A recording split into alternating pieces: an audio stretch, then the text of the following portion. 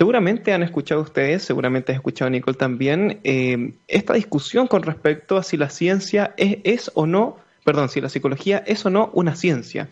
Y los argumentos de lado y lado son interesantes de escuchar. Quienes dicen que no lo es, afirman que el ser humano es demasiado impredecible, ¿no? Para generar leyes, modelos predictivos y todas estas cosas que estamos acostumbrados a escuchar en las ciencias duras, muy entre comillas, y quienes dicen, porque hay que considerar que también existen las ciencias sociales, y quienes dicen que sí es una ciencia, nos enseñan que esto sí puede tener bastantes certezas, sobre todo de la mano de la neurociencia. Y aquí yo estoy muy curioso de escuchar tu opinión. ¿Cómo lo ves tú, Nicole? Así es, y no solo de la mano de las neurociencias, sino que digamos que en la psicología hay diversos campos más enfocados al comportamiento, que a veces no se centran tanto, digamos, en lo que es el cerebro, pero las neurociencias obviamente son una rama que también aportan muchísimo.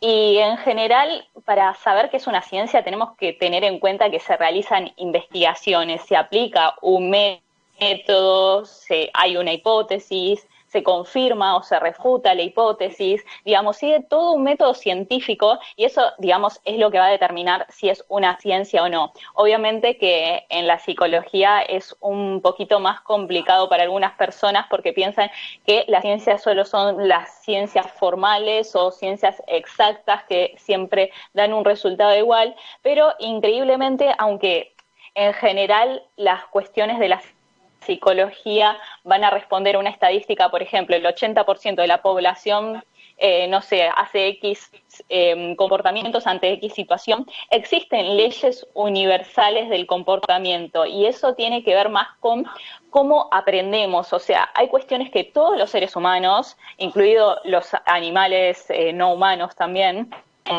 tenemos y que no dependen, digamos, de algo que va a ser para algunas personas sí. Todos tenemos una forma de aprender que es universal, digamos, hay formas de aprendizaje que son universales, si me explico bien. Perfecto. Eso tiene mucho sentido incluso en lo que corresponde a un tema estadístico. O sea, si es que uno estudia un grupo determinado de personas, siempre va a tender a una norma, ¿no? Siempre va a tender a una media, no sé, tipo, por ejemplo, voy a hablar de biología, pero sabemos que, por ejemplo, los medicamentos o las prescripciones que nos dan para distintos tipos de cuerpos, eso realmente responde a un 60% de las personas que debería corresponder a ese medicamento de cierta forma, porque es la norma. Pero también hay una cierta parte de la gente que no le funciona ese medicamento porque tiene otro tipo de composición, porque está por miles de razones, ¿cierto? Por razones azarosas. Y en la psicología yo me imaginaría que también ocurre lo mismo, ¿no? Que hay una norma. O sea, por ejemplo, si yo, así por poner un ejemplo extremo, si yo hablo de esquizofrenia, podría decir que existe solamente entendiendo que dentro de la norma eso no es común, ¿no? O sea, algo que se escape ya lo puedes tipificar y luego empezar a estudiar. ¿Es realmente así? Bueno, en realidad ahí ya nos metemos en otro tema, que es el tema de los trastornos mentales.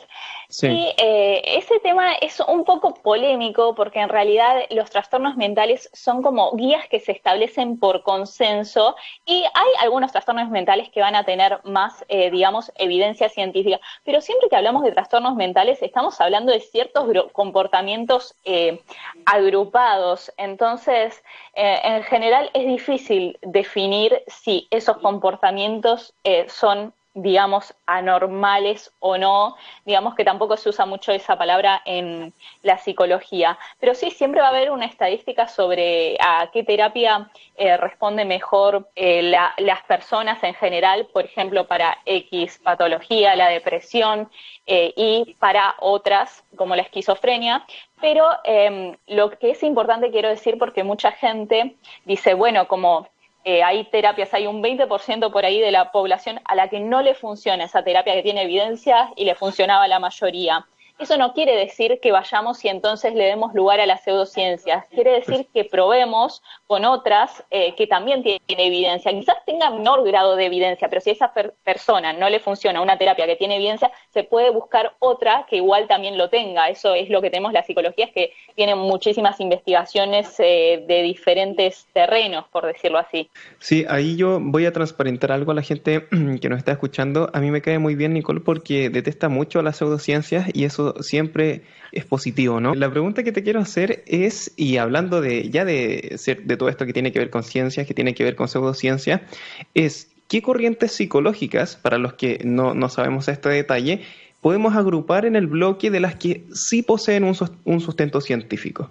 Mira, en general esto es interesante porque en general la verdad es que yo diría que en realidad, si bien por ahí el término corriente no es el más adecuado, pero no nos vamos a meter en eso, sería Ujú. la terapia cognitiva conductual y las que son Perfecto. derivadas del conductismo, porque hay algunas que no se agrupan. Lo que pasa es que ambos tipos de corrientes tienen terapias que derivan de eso, es decir, terapias por ahí centradas en diferentes cuestiones que hay. Por ejemplo, existe la terapia de aceptación y compromiso, es una terapia derivada del conductismo. Entonces, en general, todas las terapias que tienen evidencia científica van a ser derivadas de esas dos, digamos, porque es como las que estudiaron cómo aprendemos, digamos, las leyes universales del comportamiento, la verdad es que se basa en eso. Hay miles, pero vienen derivadas de esas. Perfecto. ¿Nos puedes explicar un poco de qué se tratan, así a grandes rasgos, para los que no lo tenemos tan claro? Sí, a ver, empecemos con las TCC, que es la terapia cognitiva conductual, que es, Buenísimo. digamos, la más común. Es la más común, digo, en el ámbito de la que tiene evidencia por ahí que se hace, y se centra en algunas cuestiones como, por ejemplo, algo que se llama reestructuración cognitiva, y quiere decir que por ahí yo tengo ciertos pensamientos, ¿no? Que no son acordes a la realidad. Yo puedo pensar que soy un pésimo estudiante y mis notas por ahí no son tan malas y no reflejan que yo sea un pésimo estudiante. Entonces el terapeuta te ayuda, digamos, a ver cuáles son los sesgos que vos tenés en esa área, cuáles son lo que llamamos esto como distorsiones cognitivas, es Ah, decir, no se adecuan a la realidad, son creencias que tenemos. Sí, lo explico bien, ¿no? Y perfecto, sí. después, dentro de... ¿Me sigo explayando? Sí, sí, por favor, está muy interesante, sí. Digo, y dentro de esta, bueno, también tenemos la parte que sería la conductual, y en la conductual está todo, por ejemplo, lo de activación conductual, que se usa mucho en la depresión, que muchos creen que activación conductual es salir a hacer ejercicio, y en realidad no es así. Lo que pasa, por ejemplo, sabemos que las personas con depresión suelen tener dificultades en hacer actividades que son rutinarias, que son, digamos, como hacer la cama. Entonces se empieza haciendo, digamos, gradualmente esas actividades, como que eso va haciendo como que el individuo vaya pudiendo salir, por decirlo de alguna forma, de esos comportamientos que son depresivos, porque lo que pierde son todo, digamos, también el ambiente social, todas las cuestiones agradables, todas las cuestiones que hacen que una persona, por ejemplo, salga a la calle o, en términos muy amplios y poco científicos, digamos, disfrute de la vida. Ah, perfecto. Qué interesante eso. Eso se ha conversado mucho ahora en tiempos de cuarentena, ¿no? La importancia de no perder la rutina. Qué peligroso. ¿Nos puedes profundizar un poco en eso? ¿Por qué resulta tan peligroso el perder este hábito? Ya sea levantarse temprano, tener estas tareas diarias. ¿Por qué es tan complicado perder eso? Yo creo que el problema va a ser que si uno pierde todo eso, pierde algo que en la psicología llamamos reforzadores positivos, ¿no? Que son esas cuestiones que le siguen a la conducta y hacen que nuestra conducta aumente.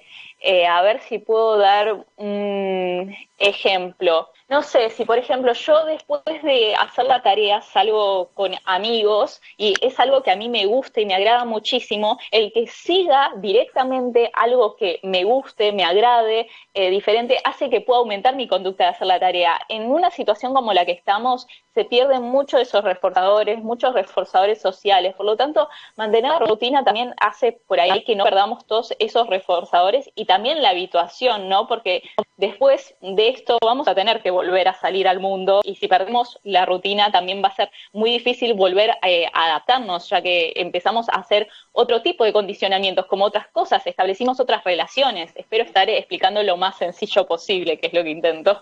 Sí, sí, yo te entiendo perfecto. Y eso me recuerda, no sé, estoy poniendo así un ejemplo quizás no sea el mejor, pero es como cuando uno se toma quizás un año sabático, por ejemplo, y después tiene que retomar el año de estudio y es complicadísimo, ¿no? Sí, sí, claro. La diferencia es que no sería un año, creemos, pero Sí, esperemos que no. sí. Eh, Sí, esperemos que no alcance a ser un año.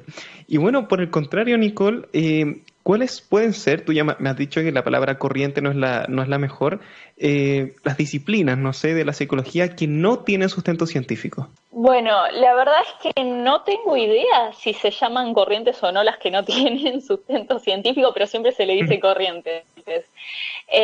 Una de las que no tiene es el psicoanálisis claramente, pero quiero aclarar algo. Existen terapias psicodinámicas que tienen una evidencia moderada, esto yo a vos ya te lo he mencionado, para trastorno límite de la personalidad. No es que tenga una evidencia mejor que otras terapias más estudiadas, pero tiene algo de evidencia y derivan del psicoanálisis. Ahora sí, el resto del psicoanálisis lacaniano, freudiano y todos sus amigos, digamos, esas no tienen evidencia científica, así como tampoco lo tiene la Gestalt y otras que no son necesariamente terapias, pero que hay gente que mezcla como si fuera terapias, como las constelaciones familiares, obviamente la astrología, la programación neurolingüística, la bioneuroemoción. Quiero mencionar sobre todo la programación neurolingüística y la bioneuroemoción, porque me parece que son palabras que se prestan a mucha confusión por los Sí. nombres, que tienen nombres que a uno le hace pensar que son científicos. Sí, totalmente.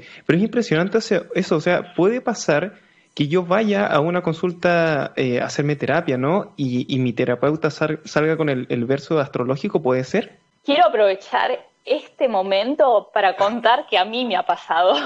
¿En A serio? mí misma me ha Cuéntanos, por favor. pasado, yo ya lo he contado, y lo más gracioso de esto es que era una persona recomendada por alguien, por una psiquiatra que no era mi psiquiatra, pero seguía, digamos, seguía la ciencia, ella, no sé cómo decirlo, era cientificista, digámoslo, ¿no?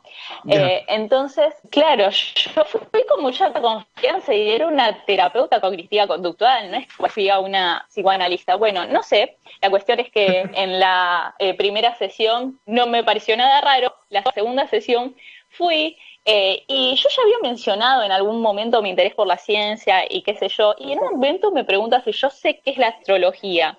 Entonces yo pienso, me debe querer estar preguntando si me interesa la astronomía. Eso fue lo primero que pensé.